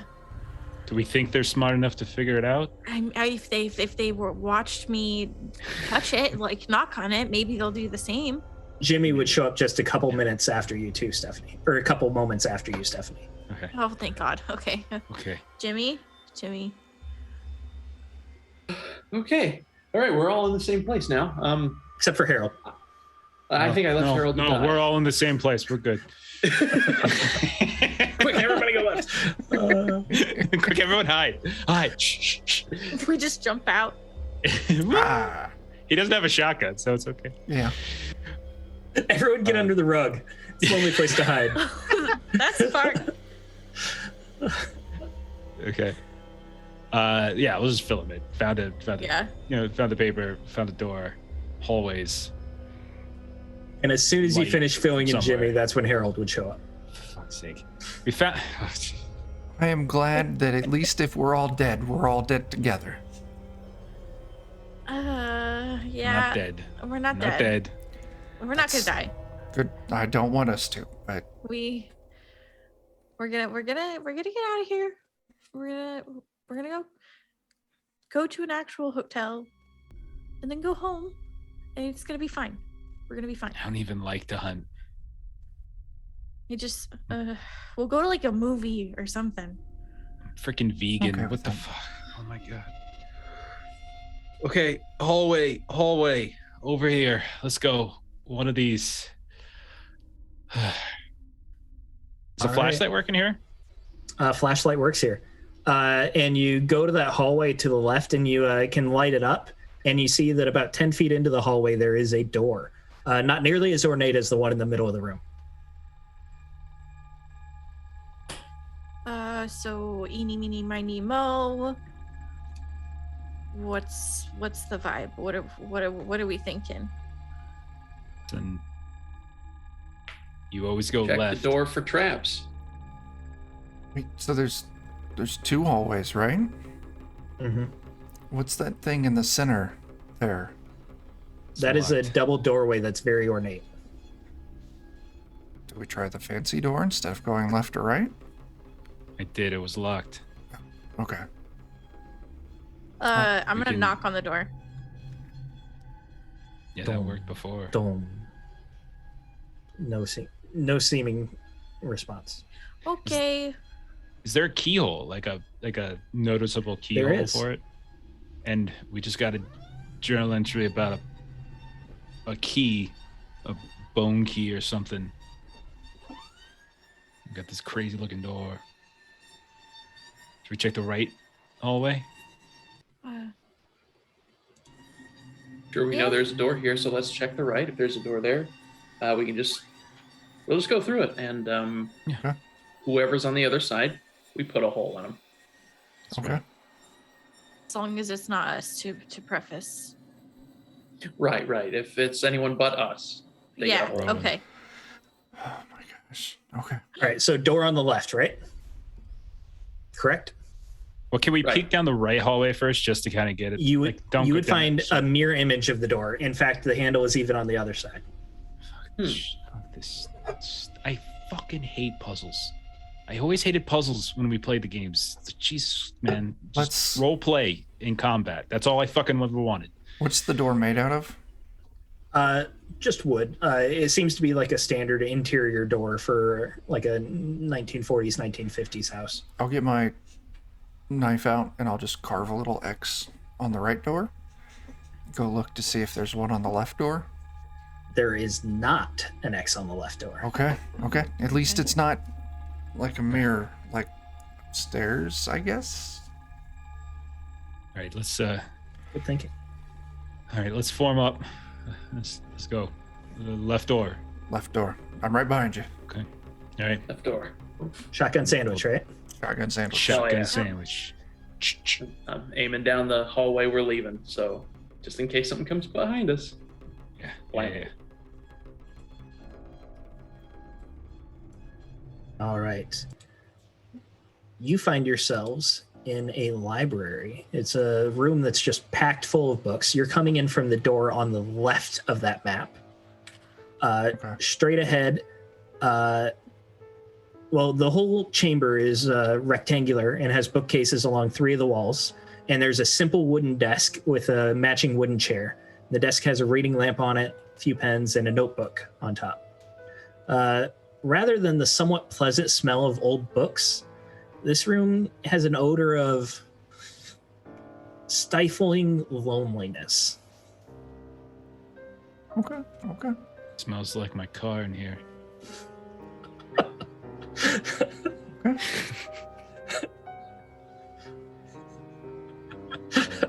That's All right, sad. let's tear all the drawers out of That's this. true, desk. though. Yeah, I want to go look at that notebook. All right. The notebook has yet another remnant. The notebook itself is blank, but tucked within it is an older page, again, seemingly torn from a journal. And it reads, December 17th. I've begun work building my own mind palace. Rather than make up some fantastic castle or grand manor, however, I've just used this house. I find it easier to sustain this mental location using a place I'm very familiar with. The thing is, I already find that in order to place all the thoughts and memories I want to preserve within it, I have to change things. Rooms are bigger in my mind palace than in the real house, for example. The mental objects I'm placing there don't match the contents of the actual rooms, but that's all right. I don't regret my choice to base my palace on this house. I love this house. A funny old place. It sat vacant for so long before we came along. At least, that's what I understand to be true. The actual origins of the place are a bit murky. As a child, I always hoped for a happy family here. My father made that impossible, though, and by not helping me, my mother helped him. I always sought a way to protect my younger brother. I wonder what would happen to him growing up here with our family. Well, these are the kind of thoughts I can put in my mind palace, I suppose. That's fucked up. I'll share it with everyone. Is it the same handwriting, by the way, across all these journal entries? Yes.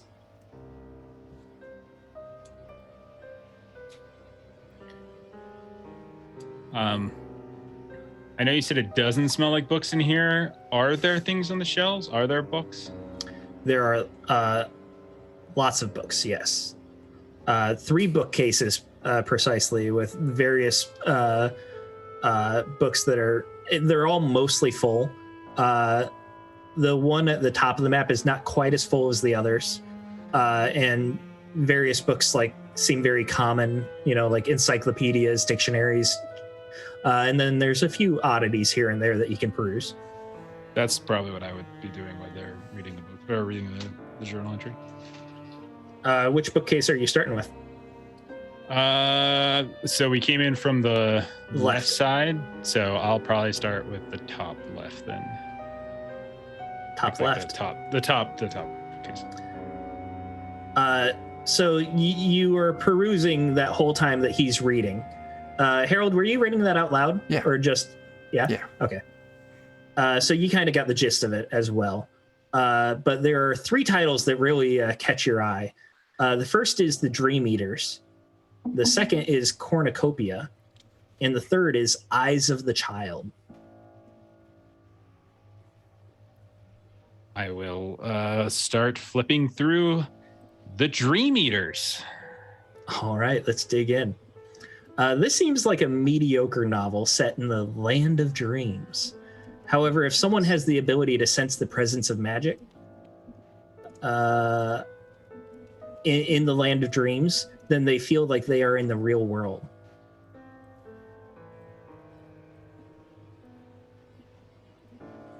So it's a novel. Does it have a author's name? Does not. Okay, so it's probably Dean Koontz then, since it's not. Oh, mhm. And then it's what's the cornucopia one? And I'm just basically looking Cornucopia, blurbs yeah. and then probably doing like a fan through the pages to see if there's anything like. Cornucopia seems to be a rather dull philosophical treatise on joy and despair.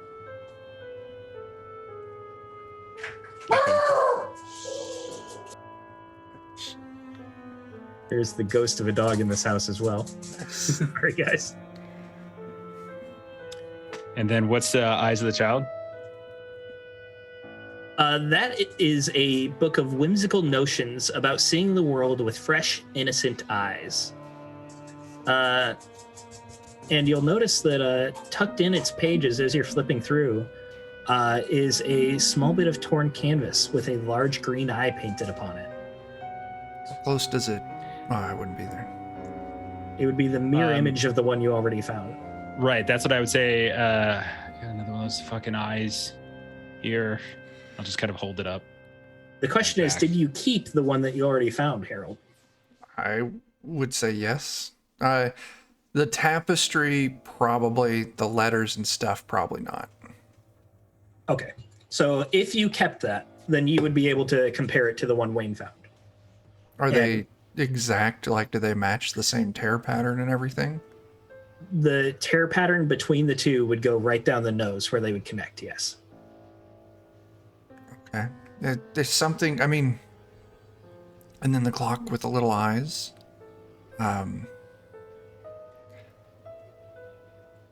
And the dream palace thing, I mean, Shit's creepy. Are we in some fucking psychopath's mind palace? I'm going to start reading over the label on my bottle of wine. Yeah. I'm gonna It comforts you. look through the desk. Is there anything? Are there like any drawers on the desk? Yes.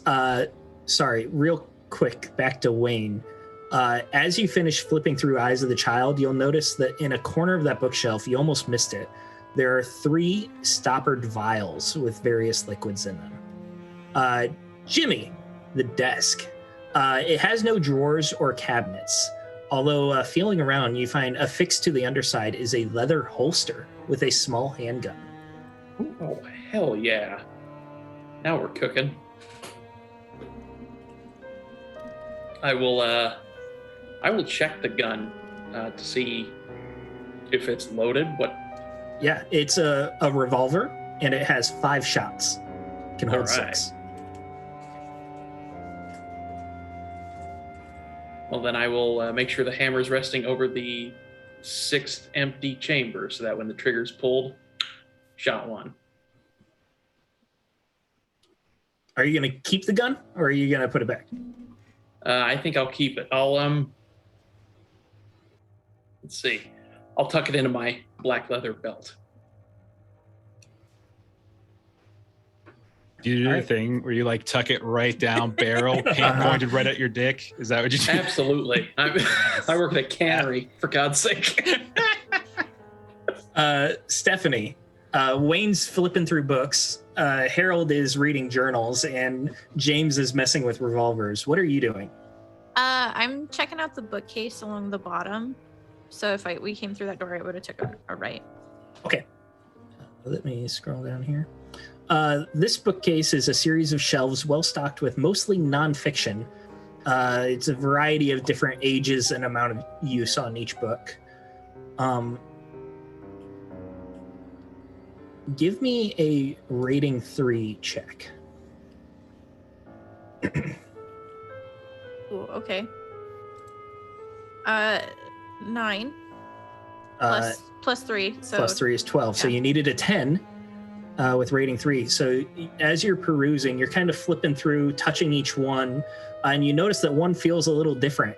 It's actually a wooden box that's disguised to look like a book with a spine that says history. Okay. I pull it out and I open it. Inside is a gold pocket watch that is not ticking. A very large jewelry ring, like a jeweled ring, like almost like ring pop size gem on there. Okay. What time is the clock at? It's at 1:42. Okay. I'll just kind of like shrug and like pocket them because I've got like just dump them in my purse. Okay. As you dump that, you would notice that the large ring doesn't have the heft that a gem that size should have. Okay, so I'll inspect it a little bit closer. Yeah, just fumbling around with it, you realize that it's a plastic gem, and there is a somewhat poorly concealed latch and hinges. Like the top of the gem would pop open. Oh, okay. I'll open it. Give me a rating 3 check here as you're opening this too. Okay. 9. 9. You pop it open, and you weren't expecting liquid to be inside it. And a little bit gets on your fingers. It's a black viscous liquid. Okay. Most of it stays in the gem itself, but you got a couple drops on your finger. Okay. I wipe it on the bookshelf, or try Okay. to, anyways. Yeah, you're able to wipe most of it off. You can't entirely clean it. Plus, the bookshelf is kind of dusty, so it kind of just clumps to your finger a little bit. Okay. But you get most of it off. What does it smell like without like getting too close? Lilac. Okay. I'm gonna close it back up as best I can. And Okay. Yeah, it latches shut right away again. okay, good. And then I wander over to the boys, and I'm just like, yeah, so, and then I'll also like dig in my purse, and I'll grab the pocket watch, and be like, I found this like ring and pocket watch, and like, I got some shit on my hands. It doesn't Ew. smell bad though. Like it smells like lilacs. Yeah, I've got some. I got some vials. I don't know. There's something in them, and a couple books. Some weird fucking eye. Can I? Like when you say the vials are stoppered? Like, is it like screw? Like a screw? Like, can I open them up and easily close it back Cork. up? Or is it? Yeah, cork. Can I pop and Think take like a whiff? very standard D&D vial. Gotcha. I'll pop it and give it a little whiff. So the first one has a cola-esque smell. However, there's no real carbonation to it. Gotcha. Yeah, and I'll do the other two. The next one smells like vanilla. And then the third one has no smell. Okay. Yeah, so I'll just like pile on to with Stephanie's listing stuff and make a fucking, I don't know, Coke enough. Not like the good Coke, like the shit drink Coke. And then vanilla. RC Cola. And then some kind of smell. Or nothing. I mean, nothing. This is nothing. Whatever the.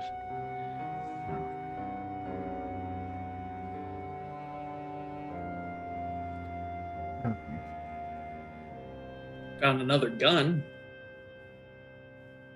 Supposed to be handy. That's good. I don't really want to fuck with the watch. And she'll just kind of like set it on the desk, and then she'll move to the other bookshelf. All right. That third bookcase on the right is packed with books of all different sizes, colors, ages. Only about half the books have their titles on their spines. That watch. I would like to check that watch out. The face of it, is the time moving on it? The time is not moving. It's not ticking whatsoever. It's at 1:42. I'll pull out my phone and I'll open like a memo in my memo pad, and then I'll put down the number of times that I've seen so far. So Okay. 8, 11:30, 1:42. Okay. Your phone appears to be working the way it would with memos.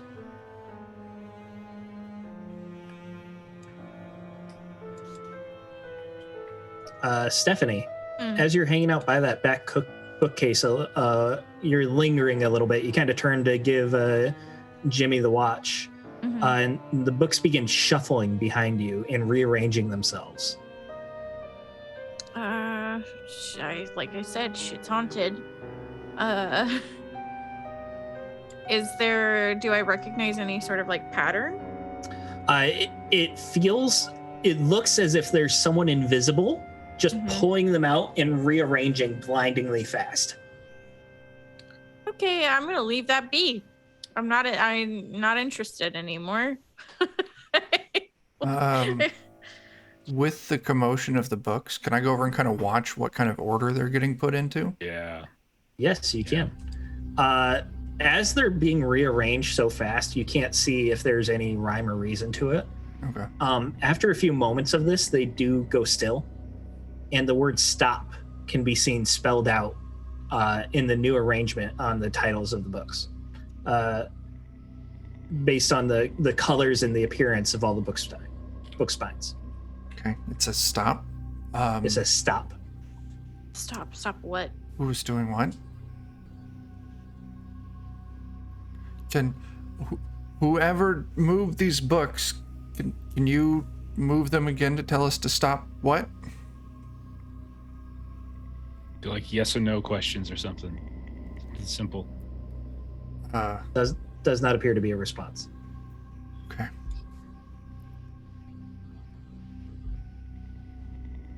I'm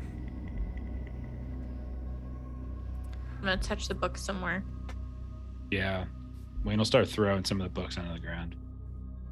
And as soon as you both go up to you're both reaching and you get a hold of a book each, and all of the books fly off the shelves. None of them seem to be attacking or injuring you. They all fly around you, and there's this whirlwind of pages as the books just begin spiraling in a little mini tornado. You instinctively like pull your hand back because there's nothing to grab in front of you, and the books then whoosh past you and rearrange themselves on the bookcase again. But this time, based on the colors and the shapes of the spine, it appears to be an upraised palm like this. Listen, you stupid fuck. We don't even want to be here. You want us to fucking stop? Let us the fuck out. How about that? And then we'll go ahead and start throwing the books down onto the ground again. And with that, the books fly off the shelves again. Every single one of you is now taking a rating 4 attack as these books fly off the shelves and start pummeling you. So that would mean that you need 11s or higher. I got it. So did Wayne. Ooh, Oh no, Jake. I did not get it, and the house hates me. Oh boy. I needed. Would you say with boxing being my hobby, would that help me at all? I would go with that. Yeah. Either way, you needed an 11, and the boxing would give you a 10. Yeah. God damn it. But I would argue that boxing would definitely help you dodge a little bit, duck and weave, do the rope-a-dope. Yeah. So Ashley and Jake both rolled damage here. It's rating 4, so you're going to roll the d6, add 4, and subtract your own rating. So Stephanie, here you can subtract your boxing rating. Ooh. Oh. Oh my god. All right, so Jake, I believe you take a rating 7 injury here, which I'm going to say both of you just get pummeled in the head with these books, and just repeatedly God. books are just flying off the shelves and just hitting you. Stephanie, you're doing your best to dodge, but these books are just flying in a whirlwind around you, and you're just not able to do much. You're able to fend off a book or two. So you both Goddamn have paper cuts. Stephanie, you have a rating 6 injury, and James, you have a rating 7 injury, and these do persist, so it's important. And as this is happening, each and every one of you can somehow sense that there is something horrible getting close. There's just this ominous feeling of dread, a pit in your stomach that something is about to go horribly, horribly wrong, even more so than it already is by being stuck in this house. Do we get a directional sense of that? No, just a vague feeling of terror. We gotta get the fuck out of this room. However, there is one little tidbit that seems a bit interesting. There is one book left on this bookcase, and it's titled "I'm Alive." Oh. Who's the author? There is no author. Of Can we fan through the pages, see if there's anything in there? Yeah. There is print on every single page. However, it's gibberish. There is no rhyme or reason to what it reads. Okay. I think instinctively Wayne would just be like, Rowan? And like, I imagine Stephanie got like knocked to the ground or something, and so she did you see him, Rowan? No, Harold's got a book. It says I'm alive on it. Yeah. Yeah, I mean, that's the fucking house. Shit. Get my fucking hopes up for nothing. We gotta get out of this fucking room. Yeah. Wayne, I need Someone's a coming. rating 5 check, and I'll say that you can use your social worker ability here. Okie dokie. Social work's my jam. You know, I'm really a guy who likes to work with the socials. Yeah, you're the face of the group right now. 12. 12. You needed a 12. You had to roll a 7. However, the house hates you. That's okay. I hate it. Um, Feelings mutual. the letters on the page begin to rearrange themselves right in front of your eyes. Most of them begin to move off the page, and a few are spiraling. And before they settle on anything, you feel icy fingers running up your spine. What the? You are subject to a rating 5 mental attack. Okay. What do I do In the with that? form of unreasonable terror. So give me another rating check here. And this one you Okay. cannot use social working. Can I use guitar musician? No. Not on this one. That's a 5. 5. All right. Plus you 3, needed so a 8 total. you needed a 12. So Okay. go ahead and roll damage. All right. 2. A 2. 2. 2 plus 5 is 7 minus your 3. You have a rating 4 mental wound right now. Okay. And Stephanie, James, it's important to remember that yours are physical as well. So I'll just start. We gotta go. We gotta go. Like just Let's go. I'm babbling. not arguing with that. Let's go. And Wayne, as you're about to drop the book and leave, you can see that there are just 2 words on the page that say "not Rowan." Rowan. Wait, is it Bill? Or what was that? Did the lady from the first note, did it have a name in the first entry we found?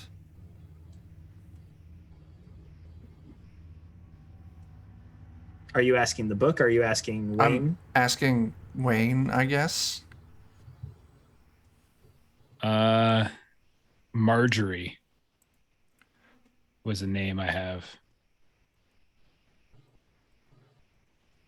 Yeah, I have Marjorie wanted attempted him to get go me out to of leave. the house. Yeah. Yeah. I don't think there was another name. I don't know. There might have been one. I have 2 of them still open. I think I'm missing the second one. I'll go through and I'll make them accessible for you guys to go back and look, because it's supposed to give you permission to read them after. I'll go through this afternoon or after the session and fix it. Okay. But Marjorie was the name of the sister of the author of the journal. And Right, then the okay. only other name you've seen is on the letters in that box with the first I, and that was Philip Harlock. Okay. Do we presume the house is named after, or at least his family's named after? Yeah. I don't. We got to get out of this room. Do you not fucking feel that? Let's go then. There's 3 ways out? Am I saying that right? There is a door at the top of the room, and then a hallway that leads to a door at the bottom of the room, along with another door at the right of the room. And then you came from the hallway door at the left of the room. So there are 3 other ways out. Wayne, which way? He'll just like curse. He curses a lot, and Yeah. he's just going to go through the door at the top of the screen. Are you taking the book with you, I'm Alive, or are you leaving it? That's Harold. Harold's got it. Yeah, I'll take it. Oh, with Harold me. has it now? Okay. Well, I Wayne, think he had it. We were both. I was Gotcha. like looking over Yeah. his shoulder or something. Wayne, also, did you take those vials with you, or are you leaving them? Yeah, I took the vials. Okay. I got the vials and I got the torn paper with the green eye. Are we doing shotgun sandwich, or is it just Wayne going in the store? Wayne's we're hustling going. and is not waiting at this point because he's freaking out. Like he's got the icy fingers and stuff. So he's just going, whether you're not so much waiting. So if they're fast, Stephanie they can follow me. runs. Yeah. Yeah, I'm not paying much attention to order at this point, so long as I can get the hell away from all these flying books. All right. And this is going to be an interesting one that I think will be a good one to end our session on. We will stop right here and we will pick up with the next room. Actually, we got 1 minute. I want you guys to know where you're going. Wayne, you're hustling through this door. And the first thing you notice when you open the door is how blindingly bright it is compared to the rest of this house. And you are outside in a very familiar, dusty lot. You're outside, and what's weird is that you're in like a white void. If you look too far, you just see like the Matrix loading room where it just continues forever. Fuck. And there's only a about 20 foot by 20 foot section that's filled with the front porch of your trailer and the dusty lot around it. The porch where you have spent many, many hours hanging out trying to get away from the noise of your father. Christ, what the fuck is this? Is he just like cursing up a storm at that point? And this is where we're going to end the session. And we will pick this up. Unfortunately, it's going to be almost a month again. It'll be December 4th before we can play again due to my scheduling difficulties. So if you're still interested, please come back in a month and we will still be doing creepy crap.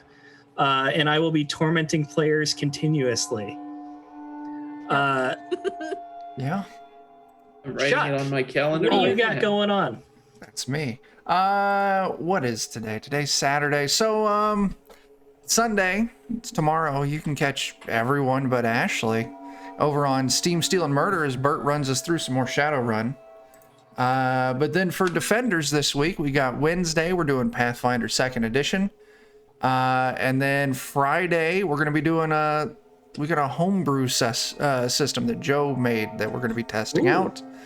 And then next Saturday, we'll be back on Goodman Games Official for maybe the finale of Crypt of the Devil Lich. So that's what we got. All right. Stephanie, what do you got going on? I am in a Delta Green game on Friday. Shit's getting weird. Like, that's just Delta Green. We got some cool new Delta Green emotes that I got for us. We have the yellow sign now. And then Saturday, we're going to be starting up the One Ring. So that's going to be new and fresh and happening. It's going to be Melissa, Jeff, Long, and I. Yeah. Awesome. Yeah. James, what do you got going on? Well, pretty much the same thing as Chuck, except just a fewer scheduled appearances. So I would just recommend staying tuned to the Defenders of Kobold for more. And Wayne Culver, bring us home as you entered your family home. Yeah, you son of a bitch. I hate this place. I want to go back into the room where there's a little kid and I'm getting hit by books. Let's see. So yeah, in addition to what Ashley already said, Monday over on our channel, twitch.tv/lollygaggers, you catch myself and Chuck and some other familiar faces playing Ultraviolet Grasslands. On Tuesday, I'll be over on the Sirenscape channel playing some Call of Cthulhu with old Matty Two Arms and some Garblag folks. And then on Thursday, I'll be on Garblight Games Twitch channel running a different Delta Green game as we're going through some Viscid, which is like a kind of like The Thing, but in the Pacific Northwest. So it's good times. Awesome. Well, thank you guys so much for hanging out. I know this is a little bit slower of a burn as we're finally getting into the mystery of what's going on with this house. Not every session will be slow. Not every session will be gross, but I aim to always keep you on your toes. And for everyone watching, thank you very much. We're happy to have you, and tune in for the next episode.